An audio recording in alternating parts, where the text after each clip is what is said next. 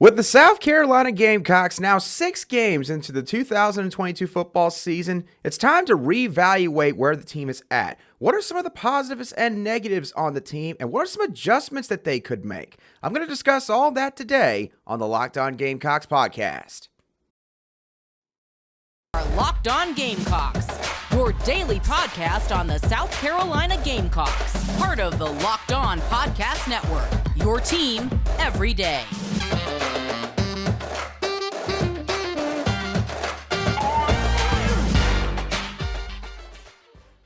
Hello, Gamecock Nation, and welcome back to the Locked On Gamecocks podcast, your show for daily headlines and potential storylines on your favorite South Carolina Gamecock sports teams. I'm your host, Andrew Lyon, and as always, thank you for making the Locked On Gamecocks podcast your first watch or listen every day. We are free and available on YouTube and wherever you get your podcasts daily. And as I alluded to in the cold open for today's show, we're going to use today's show as an opportunity to evaluate where the team currently stands on both sides of the ball. I'm going to talk about the positives for the offense and defense in the first portion. The middle portion of today's show will cover the negatives. And then at the end of the show, I'll talk about some adjustments that I personally believe that both the offense and defensive side of the ball should make, which could lead to some more success down the road for the 2022 football season. So let's go ahead and get all right into it with some of the positives on both sides of the ball, starting with the offense.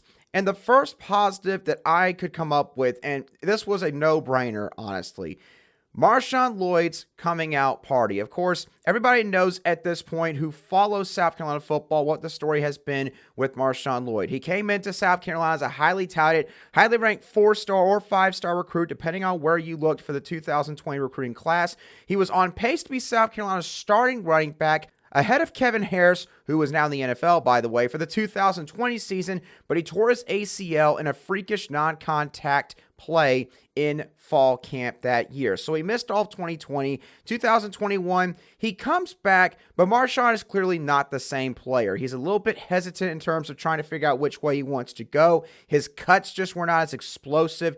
It's pretty clear from last year, looking back, that he was still mentally recovering from the injury. He was trying to regain trust in that knee once again, which happens with a lot of athletes when they have a serious injury like a torn ACL.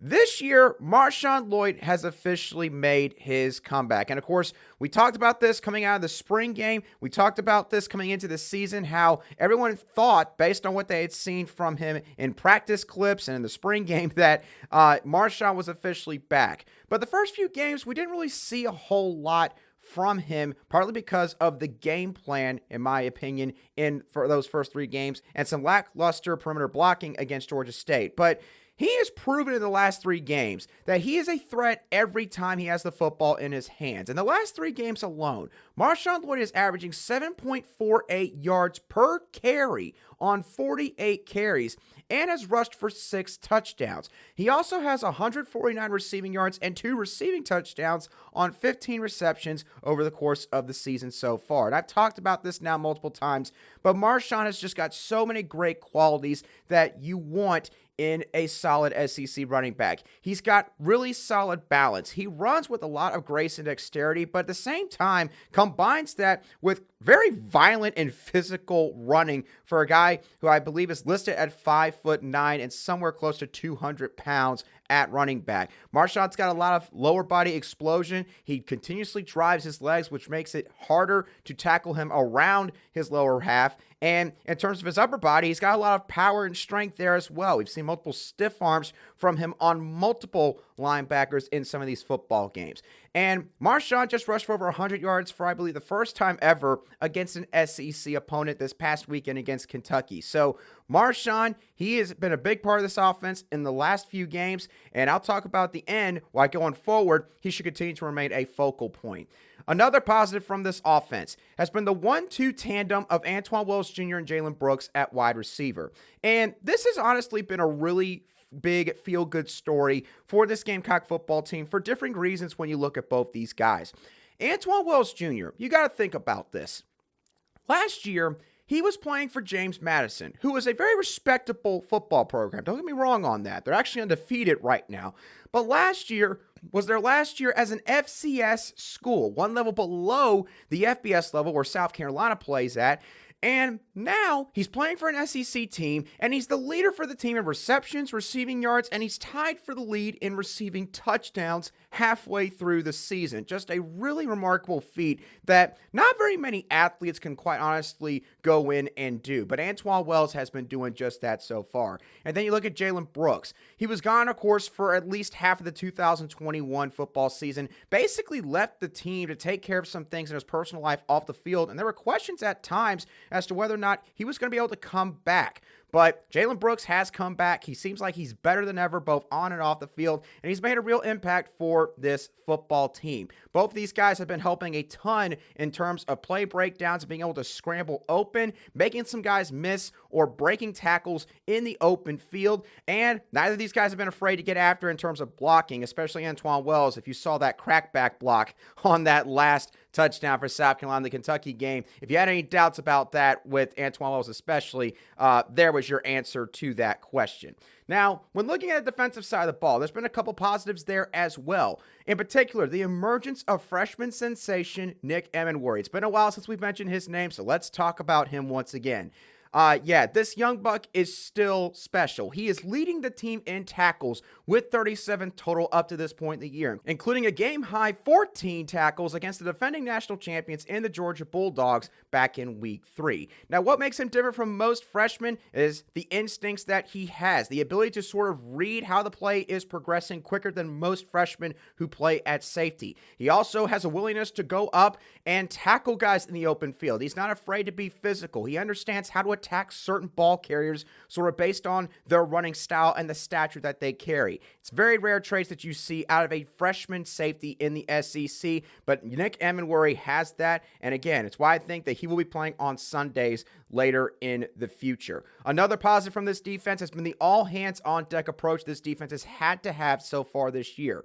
The following players I'm about to list have been hurt and missed games so far this year: Devontae Reed, Darius Rush, Cam Smith, Jordan Stratton, Mo Kaba, R.J. Roderick, David Spalding, and Alex Boogie Huntley. Jordan Stratton and Mo Kaba in particular are both out for the season. Boogie Huntley has been out for a significant amount of time, basically 3-4 games at this point. And 7 of the players that I just listed, basically everyone except for David Spalding, were all starters at the start of this year. So guys like Sherrod Green, Gilbert Edmond, Nick Emmanwori, D.K. Smith, Tonka Hemingway, and others have had to step up in a big way, with the defense being littered with these injuries so far this season. Emmanwori and Green are both first and second on the team in total tackles. Edmond and Hemingway, Gilbert Edmond and Tonka Hemingway to be specific, they have accounted for 40% of the team's total amount of sacks through 6 games and have been very active on the defensive front, especially in these last couple of games where they've had an increased role on this defensive line. David Spalding forced the fumble on the first play of the game against Kentucky, which led to South Carolina's first offensive touchdown, and DQ Smith, he's had to play in multiple spots in the secondary, and while of course he's had sort of his lapses, which a lot of true freshmen are going to have in the SEC playing at this level, he's doing a great job considering the fact that he is a true freshman and the circumstances that he's had to deal with up to this point. And why is this a good thing in particular? This means the defense and the team as a whole potentially has more competitive depth at more spots. This means that this coaching staff has gotten some hits on a few of these recruits from the previous recruiting cycle. Obviously, Nick Emmanwori and DQ Smith. But you've also got guys like Stone Bland at linebacker, some transfer guys or JUCO guys like Van Martin Scott and Debo Williams at linebacker. Gilbert Edmond, who's turned out to be a great find, even though he might have not been the most heavily pursued recruit coming out of high school compared to some of his counterparts. That is a really good sign from this coaching staff in terms of them developing the guys they are bringing in. Now, of course, you just hope to see that continue on every single level at every single position group on this football team. Now, of course, while there have been some positives with the team this season, there's also been a couple of negatives that we do need to address on today's show. But before I get into that, I want to talk to y'all about what's going on right now across the country because, of course, prices are huge right now at the gas pump, and you're getting eye-popping checks at your favorite restaurant because of how much food now is costing, because inflation is hitting us everywhere that you could possibly think of. And that's why I have started using Upside. Upside is an incredible app for anyone who's out running errands, and with every purchase, I'm earning cash back thanks to Upside, and use that to help alleviate my wallet whenever I go to make my weekly run of groceries, or if I need to get gas after going to the gym, or if I decide to buy anything online that makes this podcast and this show sound better or look better for all of you who are tuning in today. This isn't too good to be true. It's free and easy to use, and take it from me, I have used it. It works great. I promise y'all that. To get started, download the free Upside app. Then use the promo code LOCKED and get $5 or more cash back on your first purchase of $10 or more. Next, claim an offer for whatever you're buying on Upside. Then check in at the business, paying as usual with a credit or debit card, and get paid. Upside users are earning more than $1 million every single week. And if you still question just how good they are, well, I'll let the 4.8 star rating on the App Store speak for itself. So download the free Upside app and use the promo code LOCKED to get $5 or more cash back on your first purchase of $10 or more. One more time, that's $5 more cash back on your first purchase of $10 or more using promo code LOCKED.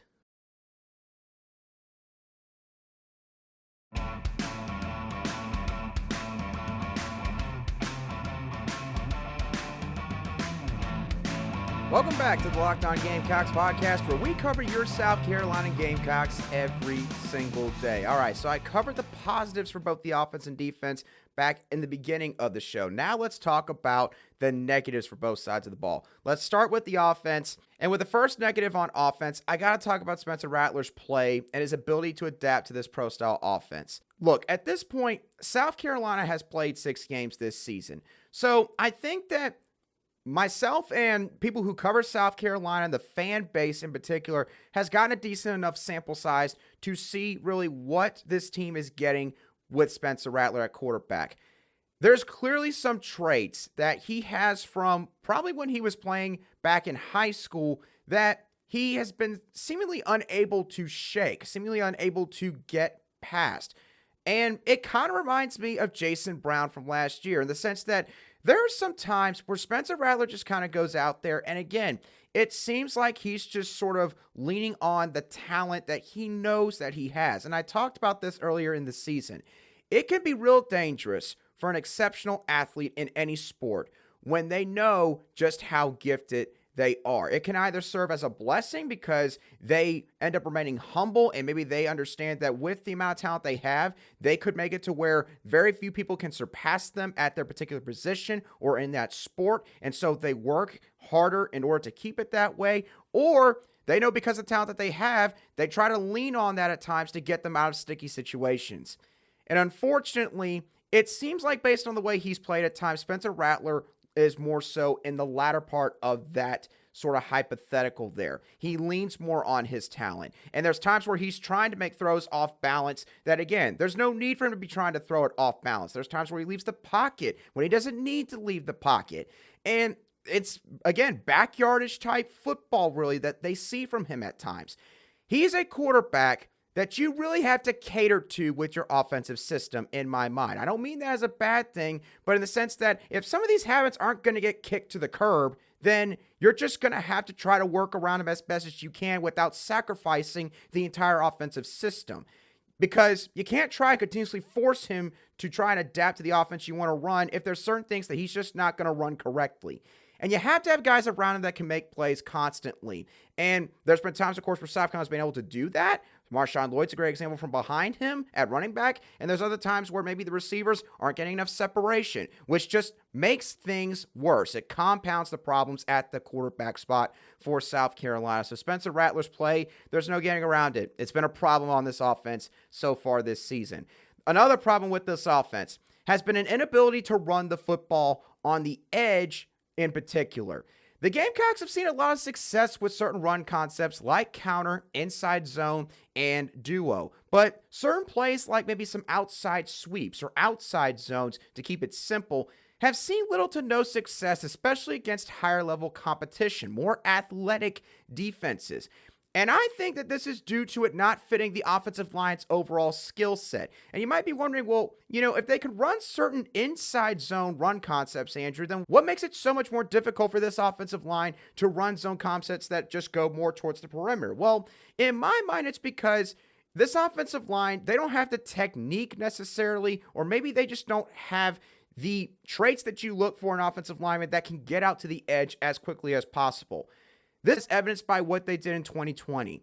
They can block well in the run game if they're utilized right. I'm going to continue to pound the table and say this all season long, okay? I know they don't have their best moments, but sometimes you got to eventually just look in the mirror and say to yourself, am I utilizing these guys correctly? They've shown the ability to run some zone concepts, like I mentioned earlier, but they seem to struggle in terms of plays that require all of them to get out ahead of the running back. There needs to be an adjustment in my mind in terms of the amount of gap scheme type runs, which basically means we've got one gap that we're aiming for. The running back's going to run right through this gap. So we got specific blocks that we need each and every single guy to perform in order to be able to give that running back the best chance to be able to run through that hole.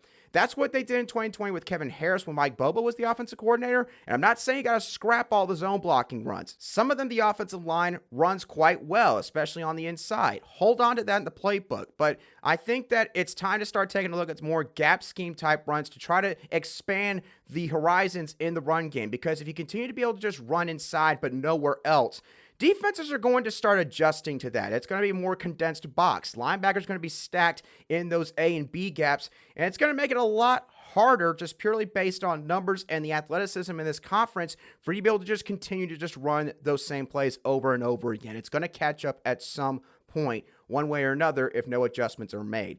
Now let's get over to the defensive side real quick in terms of negatives. When looking at South Carolina's rush defense, they continue to show struggles in terms of being able to stop their opponents from being able to consistently run the football. I took a couple stats from footballoutsiders.com. If you've watched this show or listened to this show long enough, you know how much I love this website because they really dive into some deep analytical stats in terms of offensive line, defensive line play.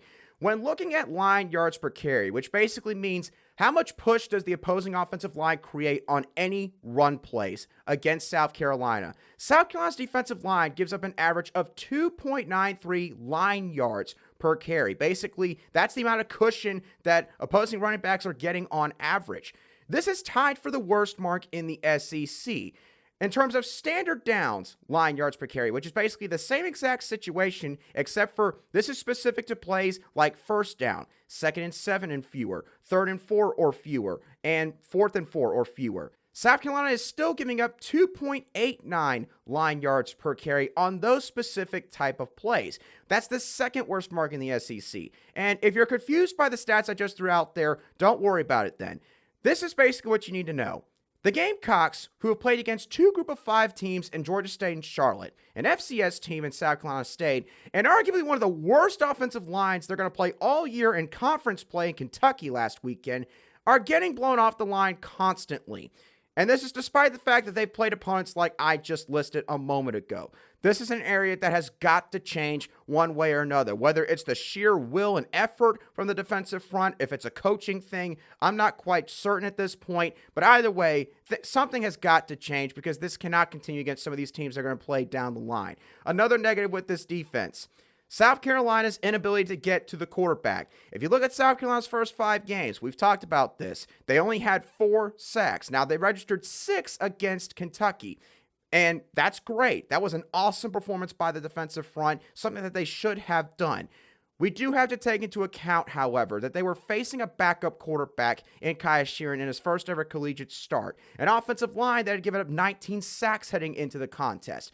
ESPN showed a graphic during the football game on Saturday night, and this was a graphic that was quite concerning to me. South Carolina, in terms of blitz rate, is 8th in the country in terms of sending extra people into the box on certain plays, especially passing plays, I would assume. But the sack rate was the 6th lowest in the country. So you're sending extra guys more than every other team in the country except for 7 of them, but yet you're not getting to the quarterback still. You rank in the bottom 6 in the country, at least heading into the Kentucky game. So what could this mean? Maybe guys aren't finding ways to quickly shed blocks, or maybe Clayton White's blitzes are a little bit too predictable. Maybe there's certain tendencies that defensive staffs are picking up on, and so they're able to scheme around that. And the other thing is this. I don't want to put this all, of course, on Coach Clayton White because the players have not done a good enough job of getting to the quarterback when they do get a shot in the backfield, or maybe they have a clear path towards him. Maybe they're not taking the right angles. That's been an issue with this defense as well. So in terms of rush defense and pass defense, specifically on the defensive line, that group has got to do better on both fronts. And so with all this bearing in mind, you're probably wondering, well, Andrew, what are some adjustments that maybe this team could make to try and solve some of these issues? I'll touch on that in just a moment, but first, our partners at Nissan have worked with us to create a new segment across the Locked On College Network titled Thrilling Moments, where we highlight the most exciting play from the South Carolina Gamecocks weekend game. And this week's thrilling moment from the South Carolina Gamecocks matchup against the Kentucky Wildcats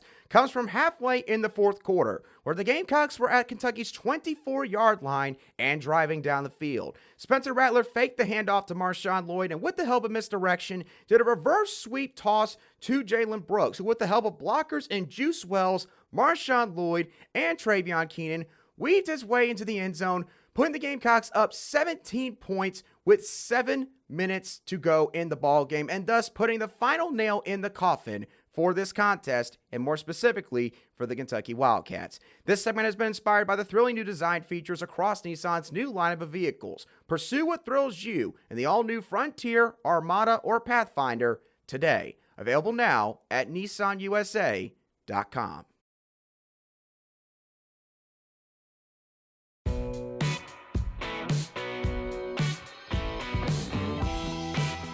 Welcome back to this Tuesday edition of the Locked On Gamecocks podcast, where we cover your team every single day in just 30 minutes. Okay, so I've talked about the positives and the negatives from both the offensive and defensive side of the ball that the Gamecocks have shown so far this football season. Now, one final question remains. What are some adjustments that should be made, or what needs to change with maybe the philosophy or maybe some of the scheming for both the offense and defensive side of the ball moving forward? I'll start off with the offensive side of the ball.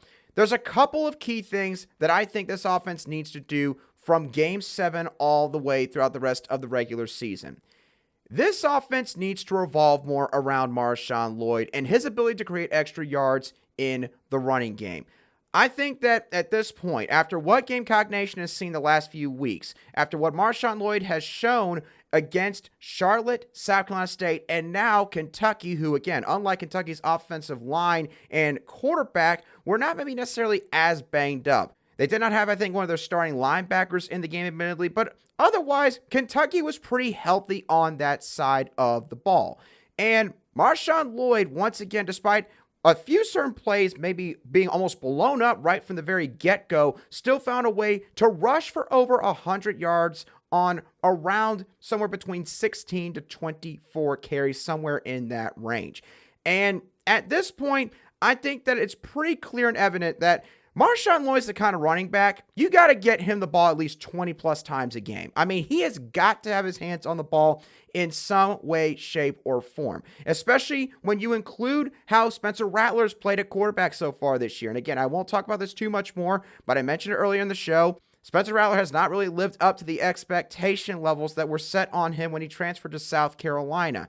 Quite frankly, there's been times where he hasn't really helped the offense a great deal in certain situations. So, with Spencer Rattler, segueing over to him, in my opinion, this offense needs to be more of a West Coast style offense if they want to remain pro style with this offense throughout the rest of the season. What I mean by West Coast style is basically this. The West Coast style is a pro style type offense. And in the West Coast, there's a lot more short passing plays. The emphasis is basically you try to create a bunch of plays where there's only one cut or two cut routes for the majority of your receivers that are out there on the field. You get the ball out fast, you get it to them quick, and you try to let your guys on the edge make plays, get the extra yards after the catch, whether it means that, they're breaking tackles, maybe they take the right angles off of the route that they run. That is the basis of the West Coast offense. I think that Spencer Rattler is the kind of quarterback that can thrive in that type of offense. And of course, I'm not saying that South Carolina doesn't need to try to throw the ball deep ever again throughout the rest of the season, but if you could run an offense like that, where you are killing defenses underneath, you're getting, 3 yards here, another 6 yards here, maybe a screen over here gets you 12 yards. And we've seen Marcus Satterfield run a lot of screen plays in this offense so far this season. So that's already partly what makes up a West Coast type offense. Again, get your guys the football quickly, let them be in open space, and just let them go to work. That is the basis of that.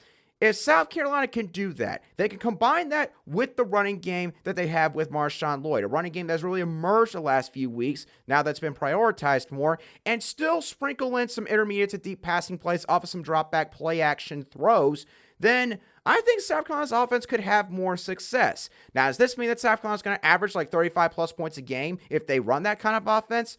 Probably not, admittedly, because this kind of offense is meant to sort of be more so of a death by 1,000 paper cuts sort of deal in terms of philosophy and how the pacing of the game goes. But I think that with everything Spencer Rattler has shown so far this year, I think this is the kind of offense that you got to run. And I think this is something that even for just the next couple of games, if that's what you do, could help get his confidence back up. Because again, I think there's too many times where even if he starts to see that confidence go up again, it gets stonewalled by a bad play in the middle of a game. And obviously, I'm not saying Spencer Rattler is sort of exuding certain expressions, facial expressions or anything like that, that's showing that to the fans, but I just think that in terms of the mistakes that he has made, what MarShawn Lloyd has shown you he can do, what Jalen Brooks and Antwane Wells have done, and that's not even counting all the other weapons that South Carolina has in the tight end group and the wide receiver room, I think that this is the kind of offense that they need to run throughout the rest of the season. If you do that, I think that could help to offset some of the problems that have been had on that side of the ball. Now, in terms of defense, I will be completely honest with all of you. I don't have a whole lot of long-term solutions that I can think of in terms of this side of the ball. I do think that there are certain issues with this defense that go to the scheme that are rooted with the way that some of these guys are coached up. I'm not going to really try to dive into it too much because it would take me too long to explain on today's show. But needless to say, there's a bunch of issues that I think are more so rooted in the coaching or maybe more so are long-term problems. There's one thing that I think that on the defensive side could be done better.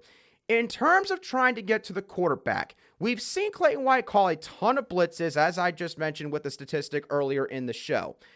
But the issue that I have with Clayton White's blitzing, I think that he's done a better job in terms of mixing in times where he shows basically a cover zero type blitz, where he's got 7-8 guys in the box, but 3 or 4 of those guys drop back and disguising, certain blitzes. And again, giving different looks essentially in order to try to confuse quarterbacks so that they can't really figure out if they're going to blitz or not.